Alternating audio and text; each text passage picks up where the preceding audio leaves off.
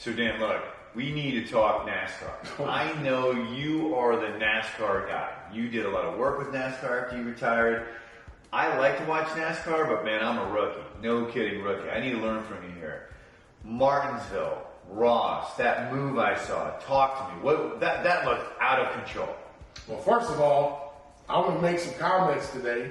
So I got my inaugural Jeff Gordon hard hat on. I had noticed. The Rainbow Warrior shirt. Just so, got my hard card around my neck. Because if we're going to talk about it, we're going to talk about it. We're going all in. Because there's a lot of people that don't understand what just happened. That was like the, what do we call it? The ballot of Ross Chastain. The only thing that was missing was Wonder Bread being the sponsor. Because it's nothing short of amazing. What? Absolutely. Look, so no matter what anybody says, I'll tell you this. NASCAR will not, in any way, shape, or form, rule on this until the end of the, until the championship race is done next week. Yeah, right. Then they're going to look at it, right? And then the RTA, those are the team owner union. Yeah. Made up of about 16 dudes up in Dover. Yeah. They'll fight with NASCAR and say, that's the most ridiculous thing. But if it was Joe Gibbs, nothing personal, sir. If it was Rick Hendrick, nothing personal, but if his guy pulled it off, it would be totally cool with the RTA. So let's talk about what they pulled off. Because the move, I didn't think you could fit a car in there. Well, so if you look at it, there's a lot of factors in it. Yeah. So when you look at Martinsville, Right. Martinsville is a relatively flat track. It's Good point. in the corners, it's only 12 degrees. So what does that mean for the average NASCAR guy that like me? What does that mean? Okay, so when you have a motor package Yep. that goes in there, you have to brake all the time. It's like they call it the paperclip. Because it's a short track. It's a short track. Okay. So if you just visualize what Martinsville is, it's a high school football field with just double straightaways. Wow. And the turns are that tight around. So you have to accelerate, whoa it up, and then whoa it down. So it kind of sounds like this. How's that go again? It does. Yeah, I'm not doing it again. But, and they do 500 laps, but it's really only 250 miles. But those guys are on the wheel the entire time. It's got to be exhausted. Exhausted. They lose like 20, 30 pounds, maybe 10 pounds, depending on who they are, right? If it's Tony Stewart, maybe 20 pounds. Yeah. But if it's somebody like Chase Elliott, maybe only about 5. Right? Wow. But my point to it is, he pulled that off. But the reason I think he pulled it off, honestly, first of all, he had the guts to do it. Right. I would use another word, and we could put our two ice balls together. We'll just leave it at that. We'll leave it right there. That's right. This is a PG show. But what happened is half of the field was absolutely dumbfounded by it. Because they do it on simulators. They do it on video games.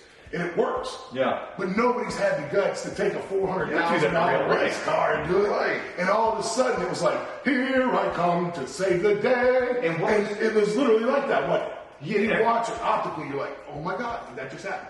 The race car drivers that you sent me that video, they were all like, oh my God, I did that on a video game. Why they were still driving to the finish line?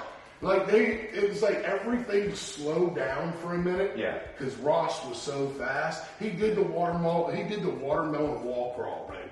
His family is watermelon farmers here in Florida. Oh, no kidding. He used to hang out at Daytona when he didn't have such a good ride. He talked about it in his post, right? Yeah. But long story short, the reason he was able to pull that off there, I highly don't recommend you do that at Bristol or Dover on the short tracks, because those walls are inverted to the slope of the track. There's more slope like this as opposed to flat. Right. So the reason he was able to skirt that, it's only 12 degrees. If you try that at Bristol, that car would have come straight down. Yeah. Because the brakes would have came out. That makes sense. That makes total sense. Yeah, so the only reason it railed like that is because the track has no banks. Yeah. It's like 12 degrees. I mean, 12 degrees is like this. Now you go to Bristol, it's like that. It turns. Now, he had a lot riding on that race too, right? 100% he did. He was out. Yeah. You don't make that move. Right. You're done. Yeah, so this is what NASCAR is going to do. Yeah. I'll tell you. I'm pretty good at predictions. I said Tulane would be 19. God bless. This is what's going to absolutely happen. NASCAR is going to let the season ride. Yeah. The RTA is going to sit down. NASCAR will sit down while they talk about the other 50 million things they got going on. And then they're going to make a rule. And they're just going to take fifth gear out of the car.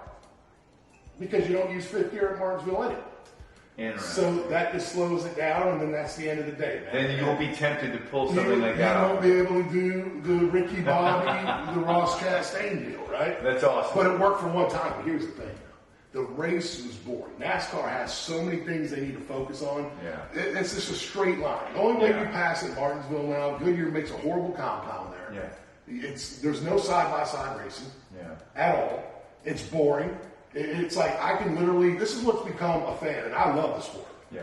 But if I'm at home and I'm not at the track, I literally watch the first 20 minutes, go to the store, get the barbecue grill going, and come back and watch the last 15 minutes. And that's what's become the sport. Yeah. But because this just happened, the place went nuts. Yeah. Because they actually saw something they haven't seen in years. Now, other people tried it. You notice how Chase Elliott said, I would never do that. Right? Or Kyle Larson, whoever said it. Yeah. But he's been doing it. He's tried that many times, just not that track. Right? And then, there's other dudes like Carl Edwards tried this. Yeah. This is no new secret. Yeah. And guess what? It's in bounds. The wall, the safer barrier they call it, is in bounds. Yeah. He just had the reach down ability that nobody else did. Right. And he had everything to lose and nothing to lose. He was wide open in fifth.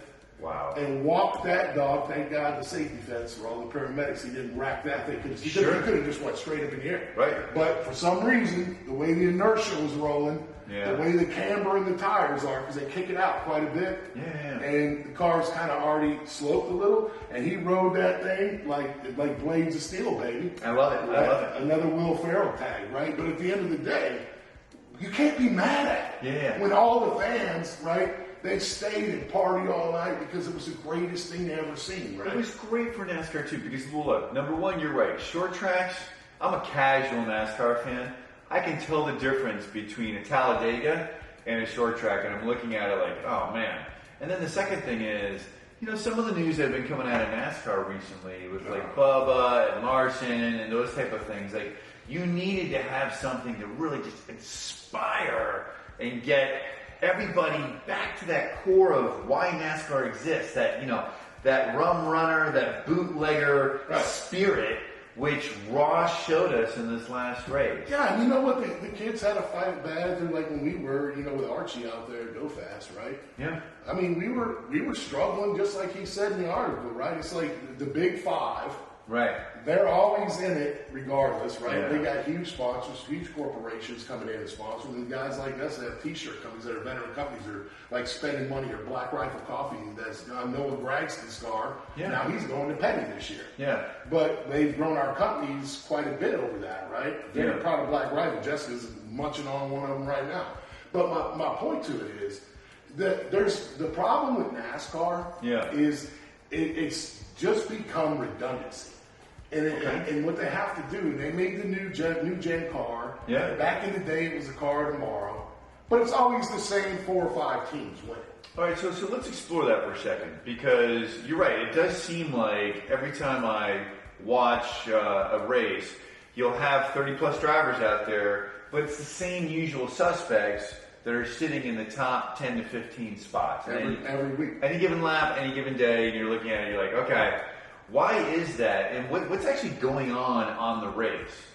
Explain it to me. Like, what are there races within a race? Are there certain teams that are here and some teams are always going to be in the back? Yeah, that's exactly what it is. So imagine this. So what was it, 2016?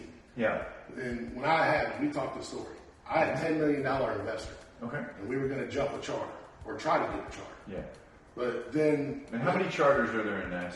So right now there's 36. Okay. But only 40 cars are allowed on the track.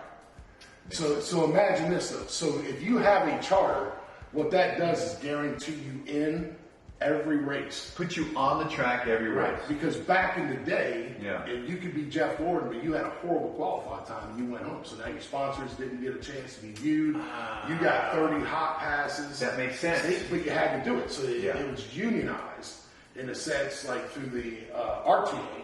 Okay. That 16 owners are in that. That's kind of like a players union. Yeah. And they speak for the team owners. Okay. But then you have NASCAR that starts 36 franchises now. It started in 2016.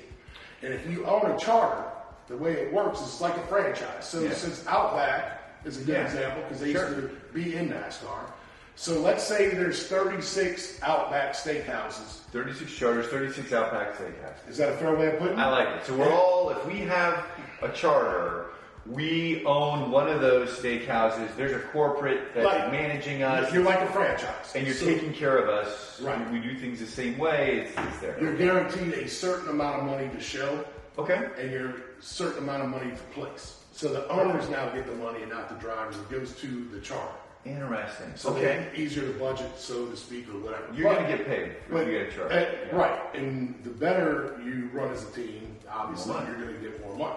Makes sense. But so if you think of it this way, though, so you got 16 Outback steakhouses. Yeah. And then, or 36. Right.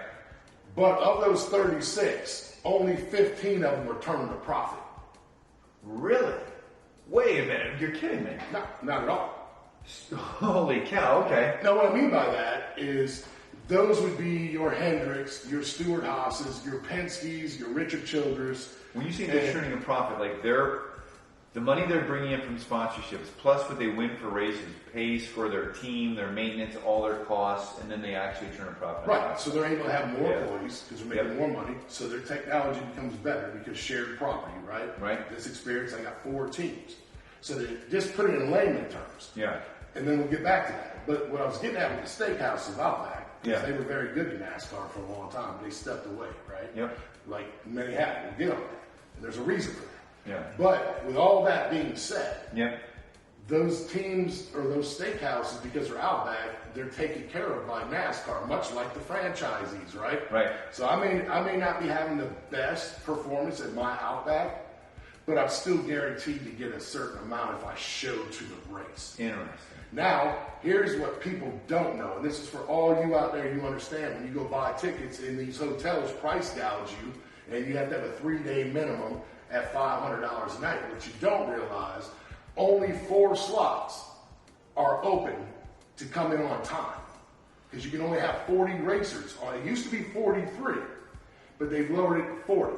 So that's Seth Crumrick Steakhouse, O'Bizzle Steakhouse, Jay Biscuit Steakhouse, and whoever else's steakhouse. Yeah. But you're out there on your own. On your own. Now you will get paid, but you won't get charter payment. If you make the time. If you race it on time. And you are able to get in there and you get one of those 4 coveted spots. I imagine there's probably a lot of teams shooting for those 4 spots that are outside the franchise. Not so much. Really? It's not like you think. Trying to get 40 cars is tough on everything but Daytona Talladega, because those are the races we know. I'll tell you right now. Interesting. My neighbor right over here, remember? Yeah. We talked to him. $10 million. Yeah. He said, get me a charter and get me a NASCAR.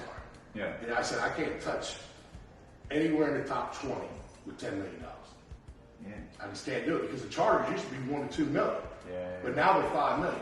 So as a retired Gold Star family member that goes to all these NASCAR races that represents everything, you and I, being retired military, you can't touch it, because the monopoly, all these companies get poached by all these bigger teams. So let me ask you a question on that. When you talk about poaching these teams, what's the size difference between like a top 5 team and say a bottom 10 team? Like, what do they have the same amount of people, the same amount of equipment, or are they wildly different? Absolutely not.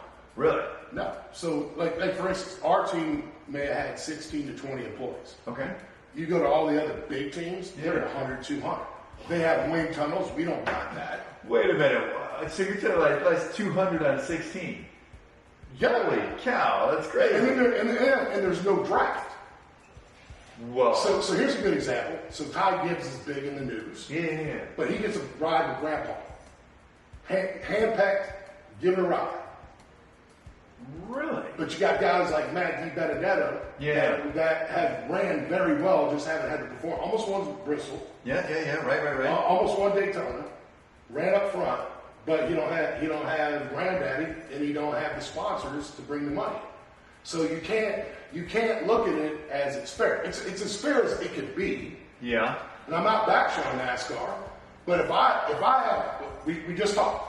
Yeah. If I have $10 million and I don't feel good about taking his company's money, because I don't think I can ROI it. Yeah. Then why am I going in? Investment for sure. But yeah, return on investment.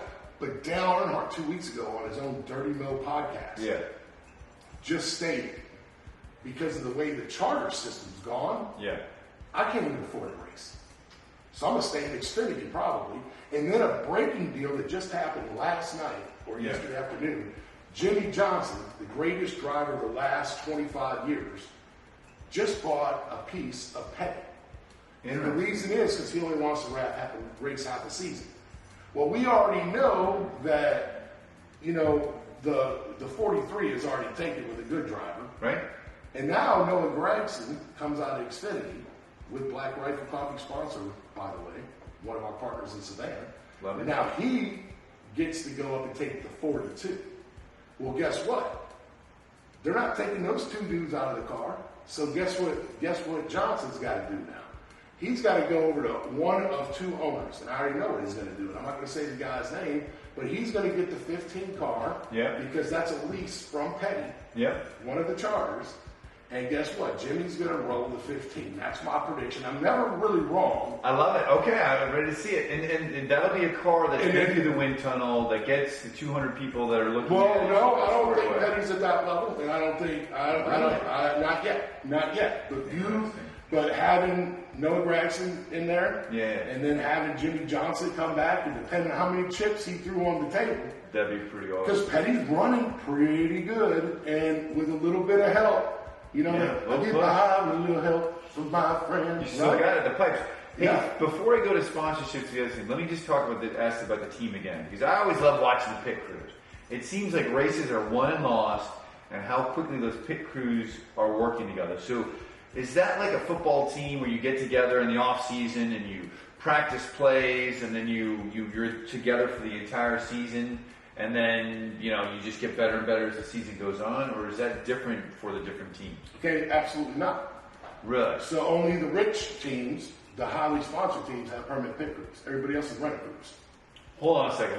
So the rich teams have organic pit crews that are with them the entire year that follow that football model, for example. Like they're always training together. What is a rent team? All right, I'll just leave it this so I don't get in trouble. Okay, all right. I don't lose all my stuff. Sure. I'm just curious. But I sponsored 9 races in NASCAR. Okay. And never had the same pit crew once. Really? But Joe Gibbs, every one of his guys are permanent. Every one of Hendricks are permanent. And that makes that 10th or that 0.2 of a second over 500 miles. Then you wonder why cars are down 6, 7, 8 laps by the end of the race. Yeah, because those dudes aren't on the team. They're on the team. They fly in on this big charter, and they get divvied out amongst the pit crew. Do they get individually divvied out, or are they at least part of the team before the show? I'm not going there. Oh, okay. All right. But there is a pit crew school in North Carolina, and these kids all go there.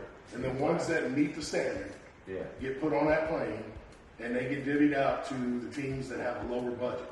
First of all, that sounds like an awesome school. I'd love to just go film there. I was actually going to go.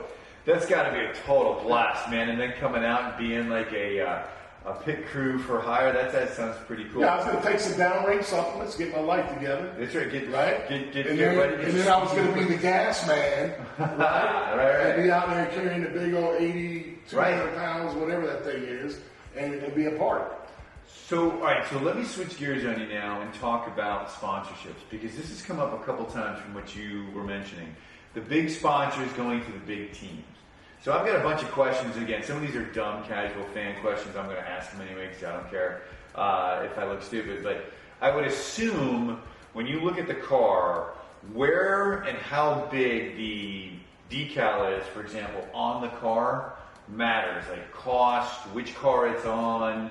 Are certain sponsors on all the cars or one of the cars, or how does that work? Like, walk me through how sponsorship works. So I was primary, I think, 3 times. Primary means you got hood, you got roof, you got lid, trunk lid, and bumper. Interesting. C post, B post, which is like where your front window is, and then the back, like I guess they call it a C post.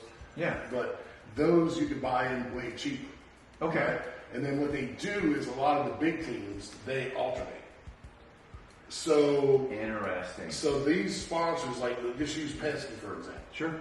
He'll have Pennzoil for a year. Yeah. But if somebody else comes in and buys that sponsorship for $300-400 grand, then Pennzoil will just be C post, B post, or wherever else they can stick with, and then they'll put the new primary on. Okay. If that makes sense. Remember DuPont? I was going to use yeah. But DuPont would be on there. Right. Always on the rear. Yeah. Or on the sides. And then you said, and then when Jeff was running towards the end of his career, save hunger. Right. Absolutely. You know, or you know what I'm talking about, whatever that was, right? Yeah. Something hunger, right? Yeah. Drive for Hunger, I think it was. But anyway, I'll pull up some diecast or something. But anyway, so there's so many problems in the sport, but they're not so easily addressed. So you're not bagging on it. So when you say problems, what do you mean? Is it a question of, hey, the big teams, the big five, are going to get the big sponsors, hence they get more money, hence they're always going to have an advantage type of thing? Or well, it's not so much that. It's just they've proven over time that they win the most. Sure. But one of the biggest problems with NASCAR is the drive within the drive. Okay. So explain that. So if you're going to let 40 cars race, then 40 cars are racing. Yeah. And your cameras aren't owned like the UFC, right? They own their own production. So that's why you see every fighter get promoted. Yeah. Every fighter gets this if they're on that car. Dana White goes out of his way. You don't see the NASCAR president doing that. No. Dude, if I was a NASCAR president tomorrow, dude, that sport would change overnight. Seriously, you know that. And I got dudes in my own neighborhood that want to get into it. Right. And I'm like, no, I don't want your money. It's the worst investment in America. Right? But to get back to it, when you're not like totally invested in your own sport, right? Because you know what the problem is? Because they get Fox and they get ESPN. True. And they're only going to film what's good optically for them. So only the league gets told about. But you don't see a guy like me that's putting hundreds and hundreds of thousands of dollars or Black Rifle. Yeah. And we're in the back. Well, now they're actually doing good with Noah. Good for them. Sure. Good for them. But we're back here at 21st, 27th. Unless you're crashing or something that's going to draw the camera. So then the team owners, nothing bad about them. Well, at least you got TV time and we wrecked. Oh, why would that come out of your mouth unless that's kind of how you've been baptized into the sport? Right. It's bizarre. That's a really bizarre way to look at it. And then you wonder why big sponsors leave. Because, see, this is what NASCAR doesn't understand. Yeah. All right, I know like some of the presidents of M&Ms. Yeah. I know presidents of major companies. Sure. So we talk. Yeah. Right? And being a military member, you run into people in LA like you and I have. Sure. And you talk to them. Yeah, they're great folks. Right. And then you ask them why they leave. And they're like, I didn't see an ROI. Or I didn't see a reason we were in and we were out. See, there's got to be an unconventional way they can attack this. Like, DraftKings decides that, look, for this race at Martinsville, we want to race the back third or the back half. Like, these are the cars, and I want you guys to bet on those back, and then draw people to look at it, right? To me, that would be a really awesome way for people to do some really fun sports betting of, hey, don't show me the top 20 cars. I want to see the back of the pack. Right. I want to get involved with those guys. Because, look, that's where a lot of the young talent is coming up. That's where you get a lot of hunger, and it also draws more eyeballs on those cars and helps those sponsors that are trying to get involved in the sport. Right. I don't know, something like that sounds like it would be interesting. Well, so the thing is, if I go spend $250 grand, then Hendrick just using it because he's a great guy, man. He's like one of the most successful guys in the world. Yeah. You know? But he can spend $400. Sure. So, and that's pretty much my whole retirement. Yeah, right. From being in the military. Yeah. So I can't get into sport unless I got neighbors over here. But then I can't bring 10 or 20 million in when I got to spend $5 for a charter. Yeah. And then I got to go buy an established race team already. So, like, here's a good example. Let's not, everybody's like, this is how NASCAR promotes, and this is how their media promotes. So they're like, Ross Chastain, brand new Trackhouse Racing. But let's be honest. You got a former NASCAR driver, you got Pitbull in there that owns it. Right. But it's Ganassi's equipment. Yeah. And it's Ganassi's contract, right? Sure, right. So it's not like they're starting from scratch like some of these other guys. They're not without a wind tunnel or any of these other things. Right, or shared information. Yeah. So what happens is Ross Chastain just came in as an exceptional driver, and he's getting the jelly bug from all the other drivers because you know what? This guy's had to sit on the sideline for 5-6 years while his parents spent hundreds of thousands, right? Yeah. Maybe even millions to let this kid be successful. They're raising watermelons, and all of a sudden he pulls a move off at Martinsville, and everybody's butthurt like Denny Hamlin. Well, guess what? It may hurt you this time, and you may not have won a championship, but it helped the sport. It's huge for the sport. It was massive for the sport. So this guy was racing on no sticker tires. We were doing the Saturday swap meet, buying tires, right? So we could afford tires because what you do is an Xfinity car breaks during the race. You know, the tires are only good for that track. Right. So you have to turn those tires in. So they're available to... Right. So instead of turning them in, we'll give them $1,200 or $800. And I get a set of stickers that would cost me $32 at the truck, at the Goodyear truck. That's fantastic. But you know what? It's been going on for years. Yeah. That's the only way lower budget teams can make it. Right. You got to watch every single penny. You've got to find a different way. Right. And, you know, NASCAR's got to find a way to put eyeballs on those guys. It's ridiculous. It's the most absurd business model. Yeah. Even Dale Jr. said. Yeah. And they know he said. Yeah. Because he wants to race. He's down in Xfinity doing a great job. Yeah. And then you got other guys that have said the same thing. You know, they just don't want to be in it. You got Tony Stewart always, you know, saying something like, this isn't fair. But Tony Stewart also needs to look at it from, what about the other cars that make it a race? Like the other 12 cars in the back that are on fumes. I'm not going to say their race team names, but they're trying so hard. But the problem is, so this is what's great. I would never air who's going to give me money or what companies, because within 5 minutes of this show, every team in NASCAR will take this and call all of them and poach me out of it. Because we're going to be up front. That's why I'm never giving any more information out. Because that's how it works. So let me ask you a question. So let's say you did... They got marketing teams of like 50 people. Right, exactly. Part of that 200-man package, I'm sure, is a really powerful marketing team. So let's say you decided, okay, you had enough neighbors come over and say, hey, no, I want to get in, I want to do this. Yeah. Would you race a charter package, or would you try to go for those 4 spots for a Talladega or a Daytona? Like, what would you do? What would you advise people coming in? So if I were to go in? If you were to go in today. I can tell you right now, if I could get somebody in NASCAR, I got $1 million. Yeah. Guaranteed. I just want to race it on time. Yeah. I'm going to buy an engine from Stewart House or Richard Childress. Okay. And I'm going to race it on time. I'm going to buy one of their cars. Yep. I'm going to hire one of my friend drivers, probably Matty B, that I trust, right? Maybe Ryan Ellis. I don't know yet. These guys that I know. Right. And I'll race it on time, and then I won't race another race for the rest of the year. So you'll go to a Talladega or a Daytona and go, okay, look, I'm shooting for one of those 4 spots. Just get me in there and then go. Yep. Wow. Yeah. I would ROI that. If I put $1 million, I'll ROI by 7%. So here's your question. Do those 4 spots, do they ever get to pick up a sponsor? I'm at 70%, by the way. Wow. Yeah, that's great. I mean, because I'm there. I'm going to get 30 hot passes. I'm going to bring my media crew in there. Right. Because NASCAR, their TV deal, that's one of the hang-ups right now. The sponsors 60 to 80%. Yeah. So this TV deal is not going to fill me. So I'm going to call all my buddies that I know in all the other sports, and guess what? I'm going to bring my own camera crew.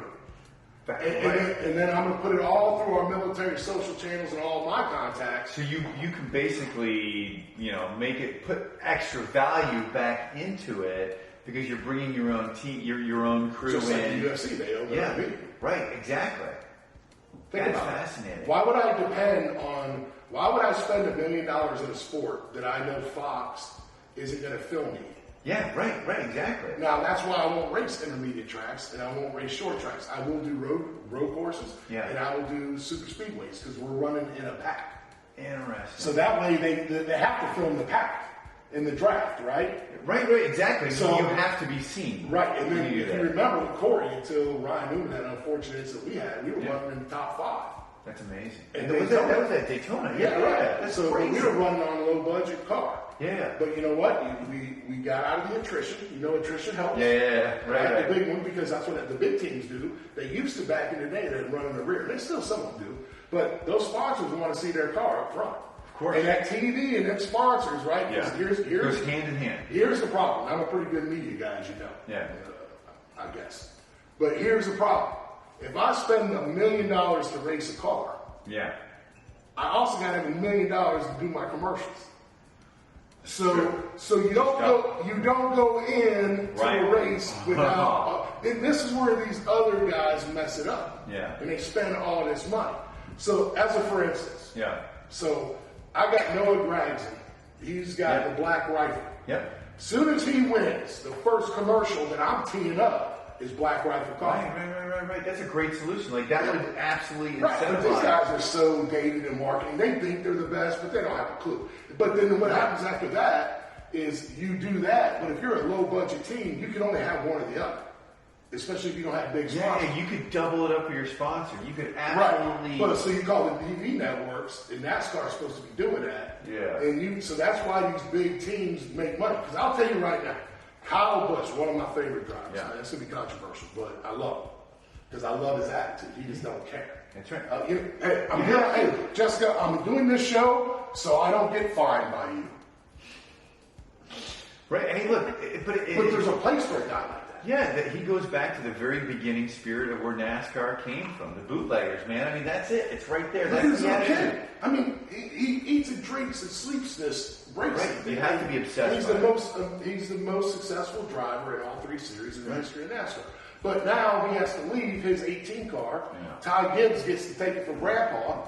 And then what ends up happening, with all the controversy he had last week, wrecking his own guy, and then Kyle, it's a bad option. But Kyle wants the money. But here's a good example. Kyle Busch is like an $18 million guy. Yeah. Well, Bubba Wallace is racing for Jordan in Hamlin, right? 23-11 team. He's only 2-2. So the younger they are, they haven't produced yet, so they're on a much lower scale. So now Joe Gibbs cuts in. Now he only has Denny Hamlin. Really, right. When you think about it, constant winners, right? Sure. Denny's a winner, for sure. Right. So great human beings, right? So then you got that other team, and those drivers down there are making $2 or $3 million. So you open up that, it's almost like salary cap in football. Yeah, I was going to say, did he just outprice himself in this situation? Kyle, from my understanding, some conversations close with him. Sure. Kyle wanted NFL money. And Kyle was getting the NFL money. There's superstars in the NFL make $18 million a year. But if some of the major sponsors are changing out, to put it nicely, or leaving. But they're not leaving, so to speak. They're changing strategy. Okay. I never let. So when I go to these corporate business meetings where I sit around with people, boards, and I listen to them, and they explain it, it's not that we're disloyal to NASCAR. It's not like we're leaving the sport. Yeah. It's just a new generation. We have to change with the times. Sure, everything evolves. And it's a spend that maybe we could spend in another area because by the IRS too cracking down. Sure. And you can only write 30% of that spend off, right? Yeah. If you do it legally. Right. But then you got cars and other things that get wrecked. And of course, the major corporations are going to go legal. So then they start to look at what's our new strategy. Well, a lot of young kids aren't watching NASCAR anymore. Yeah. So their strategy is M&M still. Kids like to eat their M&Ms. Yeah. So they approach. Oh, by the way, that's probably a bad thing because I probably stole like 10 of them out of the kid's bag, right? The peanut M&Ms will kill you, boy. I lost an ab and a half in the last year, if I even had one. But at least I got a belly button. But winter's coming. But my point is they're not leaving NASCAR because they didn't like NASCAR. Yeah, right. It's just new people got hired in, let's say, from M&M Mars or Lowe's, and they just have a different strategy. And that's okay to reshape and reorganize and refit your organization. It's natural. It's just like the military, right? It seems to me with every change comes an opportunity. And there's some unconventional approaches, like we talked about earlier, highlighting those backpack guys, getting more eyeballs in there, drawing more sponsors, and you never know. Because people, like what DraftKings does, for example, with these races, really highlights it, makes it interesting for people, and brings them back to the race. Because if they have something on the race, they're going to watch it. It gets really exciting for folks. Right. So if you think bet responsibly. So if all things were equal, yeah, and you salary capped, sure, and you said, okay, and the RTA gets involved in NASCAR, you can only have 60 employees. Right. Yeah. Great. Absolutely. So this is where the problem Get some parity. Right. Right. So everybody in NASCAR, hey, team owners, track owners, figured out. Everybody will have the exact same technology. Okay. I like it. Everyone's got a shared wind tunnel, for example. Well, just like the NFL. Yeah, 3 hours of tunnel time. Everybody throws the same weighted football, unless we get accused of deflating. But we'll leave our boy alone on that one. That's my boy. He's got 99 problems. Yeah, he got 99 problems. We don't need to worry about that one. But you see what I'm saying? Yeah. So let's just say, as a for instance, yeah, you take 60 employees, and you're a 4-car team. Yeah. That's it. Yeah. Your choice was to have 4 cars. Right. Because you're so rich, you can afford it, but you can only have 60 employees. That's step 1. Yeah. So how are you going to do that? Right. Oh, they can do it. We did it with our guys. Sure. You can do right, it. But you're spreading the butter out thin across if you decide to go 4 cars, and you only have 60 people, if you have 2 cars, I would assume in another team, and you still get 60 people. You gotta start somewhere. Sure. No, I love it. I think it's so great. Then you save your money, and you go down to 2 or 3 cars and make them solid. Yeah. All right, so that's step 1. Step 2 is NASCAR has to develop their own media network. I love it. They have to spend and invest the money that they have their own TV channel or whatever. Because you know, if NASCAR tomorrow were to say, hey, we're racing on pay-per-view, like UFC, give me a break. You ain't going to get anybody to pay for that. Sure. I mean, you're just watching single-file racing 90% of the time. Right. Because they can't get the track and the rubber compound or the surface of the track to be able to do side-by-side racing anymore. Yeah. It's just the technology's outworked itself in that category. Wow. And they've got to fix that. They either got to fix the surface, they got to dial it back. Or they have to have a rubber compound on the right side that equals out the left side that they can use that outside groove. Yeah. But watch racing, it's terrible. All my friends, and they're big time NASCAR fans. Yeah. They're like, this is terrible. Yeah. And in intermediate tracks, oh my God. Yeah, right, absolutely. It's terrible. Yeah. Because nobody wants to watch that. So then NASCAR. You're going to see 3 wide at Talladega. Yeah, so NASCAR tried to get smart though, and what they did is they were like, hey, we'll segment race now. And then we'll give points to the winner. And you know what that's for? To pull the 7 and 8 lap cars back into the field again to at least group them all back. They're still 8 laps down. Yeah, and they're about to be again. Right, and again another 8. Yeah. Right, and they let these guys on the track because they make the minimum speed. Yeah. Well, so it's better than starting the parking like they used to let people do, right? 100%. That was even worse. But that's what I'm getting at, though. So until they have a draft, so as a for instance, I'm a buddy of Rick Ware. Mm-hmm. Rick Ware should have first shot at Tom Gibbs if he wants it. He's the last in points. He's in jeopardy possibly of losing his charter based off of NASCAR's rules. Saying that if you have 3 years in a row and you didn't make it into 33, 33rd place, right? So he could potentially lose. I don't think so. Rick's a wonderful guy. He's a former NASCAR racer. But still, it's a possibility. His kid's got a good story. I mean, but he's doing the best he can. Right. So what I'm getting at by all that, it's like, but if NASCAR doesn't invest in their drivers and have their own network, and promote it like the UFC does through like ESPN Plus or whatever, that's why everybody's talking right now. The RTA's so riled up about 60, 80% of sponsorship. This TV deal is going to either break us or make us. Right. It's that desperate. Yeah. Well, the first thing starts with, why are you on the track? Why are we hiring media when all we do is film the first 8, 12 cars? Sure. Because then the other guys are just spending their money. It's just like you're going to Vegas and just cha-chinging. And then they have these templates, the car owners. Yeah. And these little, what do you call it, like a PowerPoint presentation. Yeah. Oh, you're going to get seen before 4 million people. Right. But completely unprovable. Dude, we did all the analytics. I broke down 80 people, all of our friends, all our analytic guys, and they went through there, and not one person showed me that it was profitable. Yeah. So, all right, so let me ask you this question. So this is the big one. So now the season is coming together now. We're getting back, we're getting down to the final race. What is your prediction for this weekend? Who is walking away with the trophy, with the win, with the NASCAR celebration, seasonal dinner, all the great things coming this driver's way? Who's that driver? Just go with instinct. I'm going to take Ross. I love it. Only because he's the underdog. Sure. This dude came up from scraps. I love it. I love it. Racing on scuffs. That would be awesome. Races. I'm pulling for him. I'm not even going to go anywhere else. Because you know why? Because everything else is predictable. It's predictable every year. Go back and look. Other than Furniture Row. Sure. Other than Furniture Row with Mark Truex. Yeah. It's been the superpower teams for like the last 15 years. Yeah. So you know what? I hope Ross wins. And I'm going to drive down there, South Florida, and I'm going to buy 6 watermelons, and I'm going to slap them on every truck stop on the way back. Just to prove a point that finally, somebody, even though it's Ganassi's program, the track house has done a lot of amazing work. Sure. I mean, because that kid's running, but Ganassi won races too with Jamie McMurray. Of course. So let's not get it twisted. But, and that used to be DEI mix too back then, right? Yeah, so that's a lot of history there. Yeah. But what I love about it, I'm always going to take the underdog. And I'll tell you this, I'm going to call Trackhouse Racing if he wins. I love it. And I'm going to really probably jump on that. I won't jump on any other car. Yeah.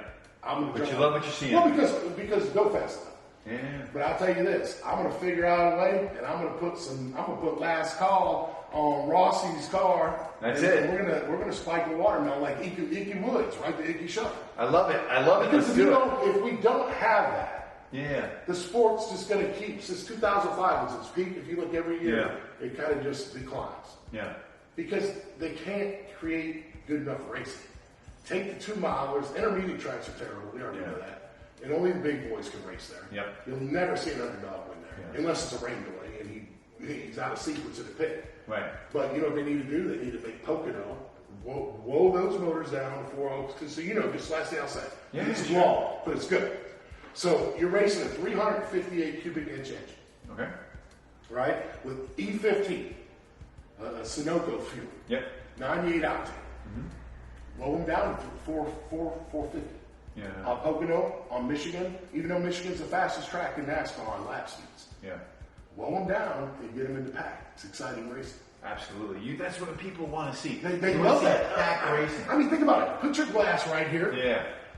That's how close those cars are side to side, maybe here, and then front to bump when they're in those packs. They're like this. And then they're coming in and bumping. Yeah, and when they're apart, push it. It's just not that interesting because all the draft, all the physics that come with that pack, drafting and the decisions that have to be made, whether it's fuel, whether it's speed, whether it's where you are in the race. That's the fascinating thing. Look, for a casual NASCAR fan, that's what I find fascinating. So I hope they do it. And I got to tell you, this was extremely informative for me. I love this conversation. And I'm not perfect on all. No, but there's a lot more I could have said, but I'm only from the business side. It's a sport that I'm not going to invest in, but if I do, if Ross Chastain wins, and after I get forgiven for this show I just did against NASCAR, I won't sponsor any of the other ones. Well, I just like to tell NASCAR that, look, families fight only to try to make the family better. Well, there you go. Remember, so for anything that but nothing was said bad. It's just, are we playing in a fair sport? No. I think that for every criticism we have, the key is to offer a solution, which I think we've done here across the board. Nobody wants NASCAR to win and to get back in the big upswing more than this show, Last Call 76. I think we've come up with some great ideas. And I look forward, and the great thing is we'll keep talking about it. So if we missed something here today, we can hit it again. It'll circle around, but I left the Bubba and Larson thing kind of out of it. And we'll close on that, just because that was a bad situation. Right? I mean, going into the championship, it's high emotions. It wasn't dangerous. Okay, if everybody's saying Ross Chastain's move was dangerous, I would beg to differ.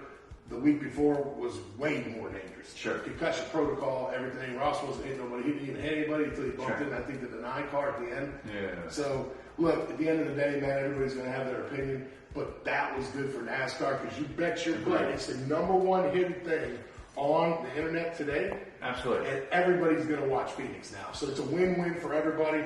So, hey, thanks for listening.